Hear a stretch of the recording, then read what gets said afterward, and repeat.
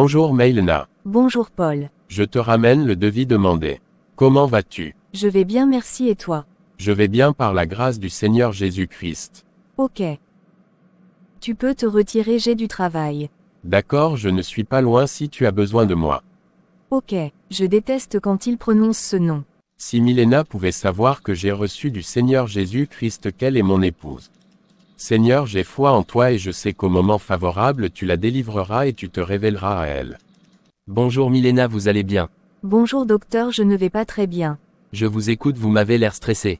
Effectivement docteur, je ne me sens plus bien dans ma peau, je voudrais faire du BBL pour modifier certaines parties de mon corps pour me sentir belle et attirante. Je vous comprends et vos désirs seront réalisés car nous allons modifier tout ce que vous voulez pour vous redonner le sourire. Merci docteur. Nous allons aller progressivement par où voulez-vous qu'on commence? Par ma poitrine et mon postérieur, je les veux plus volumineux.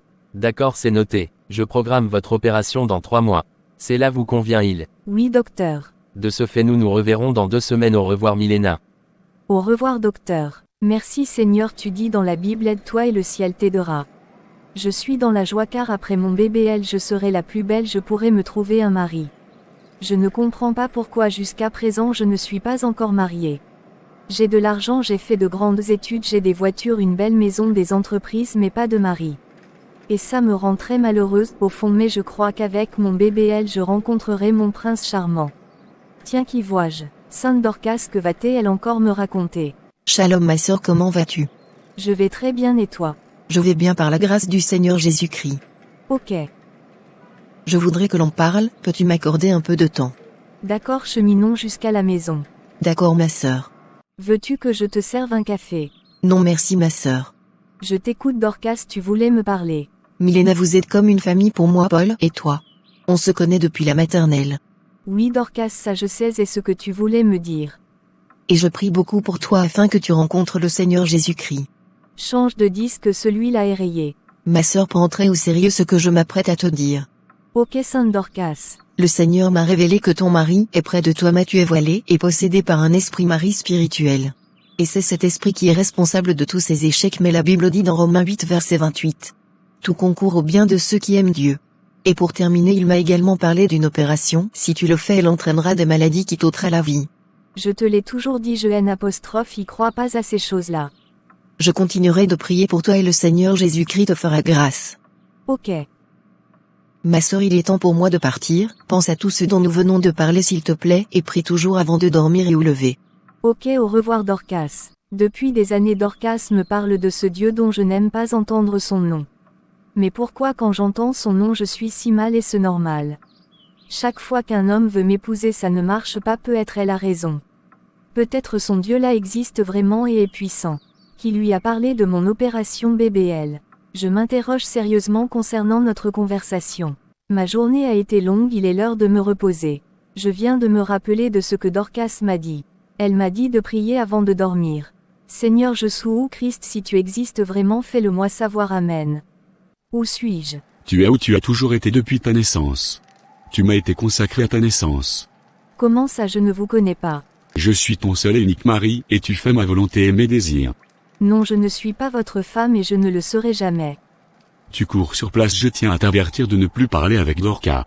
La prochaine fois que tu parleras avec elle, les sanctions seront fortes. Sur ce, bonne nuit. J'ai fait un rêve bizarre cette nuit. Dorcas avait peut-être raison. Il vaudrait mieux que je l'appelle. Oui sœur Milena, tu m'as fait appel. Dorcas, j'ai eu un rêve étrange cette nuit. Un monsieur s'est présenté à moi en disant qu'il est mon seul et unique mari. Que j'ai été consacrée à lui par mes parents à ma naissance. Qu'il est à l'origine de tout ce qui m'arrive. Et m'a menacé de ne plus te parler. J'avoue que ça commence à me faire peur. Ma sœur, calme-toi, c'est le Seigneur Jésus-Christ qui te révèle les profondeurs de ta vie. Ce qui est une très bonne nouvelle. Nous allons prendre un moment de jeûne et de prier et le Seigneur Jésus-Christ fera le reste. Amen. Avant notre temps de prière, je te conduirai au Seigneur. D'accord. À très bientôt et prie avec les versets bibliques que je t'ai remis et sois fortifié, tout ira bien au nom de Jésus-Christ. Amen. Je commence à croire que je me suis trompée sur l'affaire des Alléluia. Et j'ai l'impression que cette histoire est plus profonde que ce qui paraît. Je suis épuisée, mais avant de m'endormir, Dorcas m'a demandé de prier avec ces versets. Seigneur Jésus-Christ, permets-moi de te connaître et éloigner de moi toute source du mal. Amen.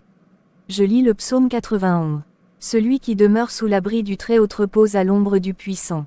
Je dis à l'Éternel, mon refuge et ma forteresse, mon Dieu en qui je me confie. Car c'est lui qui te délivre du filet de l'oiseleur, de la peste et de ses ravages. Il te couvrira de ses plumes, et tu trouveras un refuge sous ses ailes.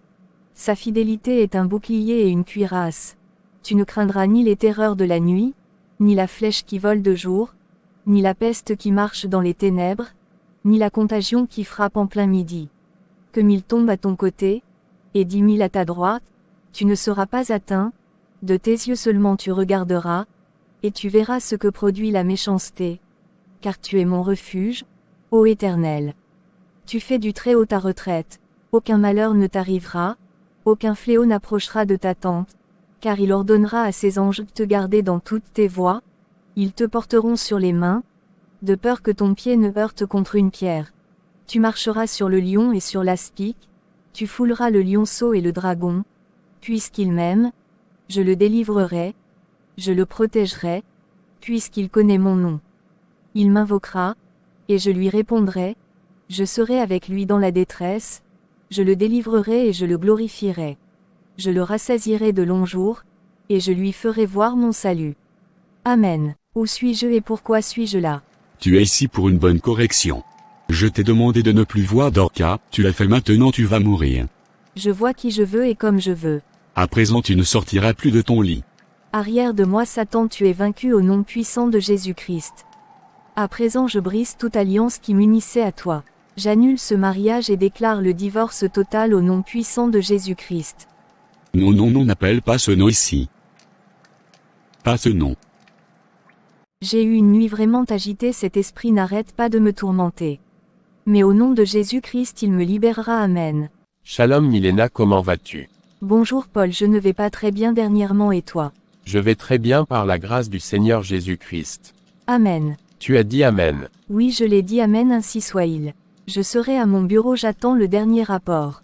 D'accord. Le Seigneur est à l'œuvre dans la vie de Milena, je perçois un énorme changement en elle. Éternel soit glorifié. Amen. Cet esprit me tourmente, je prie sans relâche, mais le tourment ne s'arrête pas. Je ressens sa présence dans ma maison, ma sœur, j'en peux plus. Sœur Milena, le Seigneur est au contrôle. Je voudrais que tu saches ceci, c'est un combat spirituel et non physique, donc tu as besoin des armes spirituelles. Quelles sont ces armes, ma sœur? Dans le monde on sert Satan, avec tout ce qu'il nous donne et met à notre disposition. Romains 12 verset 12. Ne vous conformez pas au siècle présent, mais soyez transformés par le renouvellement de l'intelligence, afin que vous discerniez quelle est la volonté de Dieu, ce qui est bon, agréable et parfait. En Jésus nous le servons avec tout ce qui est contraire au monde. La repentance, ensuite le dépouillement interne et externe, la sainteté, la foi, la persévérance, la patience. Galates 5. Le dépouillement, qu'est-ce que c'est? C'est décider volontairement de se séparer de tout ce qui déplaît au Seigneur physiquement et intérieurement. Exemple, la façon de se vêtir, de se coiffer, ainsi de suite. À l'intérieur, c'est débarrasser des rancunes, méchanceté, haine, jalousie, ainsi de suite. C'est tout cela qui constitue le dépouillement. Le dépouillement et la vie de sainteté ferment les portes et les points d'accès aux ténèbres dans nos vies. Je t'ai très bien écouté, ma sœur, et par la grâce du Seigneur ça ira. Amen. Je dois pratiquer le dépouillement externe et interne. Bonjour sœur Milena. Shalom frère Paul. Ça fait longtemps que c'est là dur, je voudrais que tu sois mon épouse. Amen, je bénis le Seigneur Jésus-Christ pour qui je suis devenu. Oui Paul, Shalom frères et sœurs, je suis la sœur Milena. Nous avons parfois des consécrations et ou dédicaces aux ténèbres causées par nous-mêmes ou les autres. La solution est en Jésus-Christ, en l'acceptant dans votre vie, pas seulement. Ensuite, acceptez volontairement de vivre le dépouillement externe et interne qui consiste à te débarrasser physiquement de tout ce qui peut être des portes d'entrée des ténèbres comme piercing, tatouage, mèche et ce qui peut t'amener à pécher. Interne, te débarrasser de la haine, la méchanceté, la jalousie, l'aigreur, pardonner et aimer.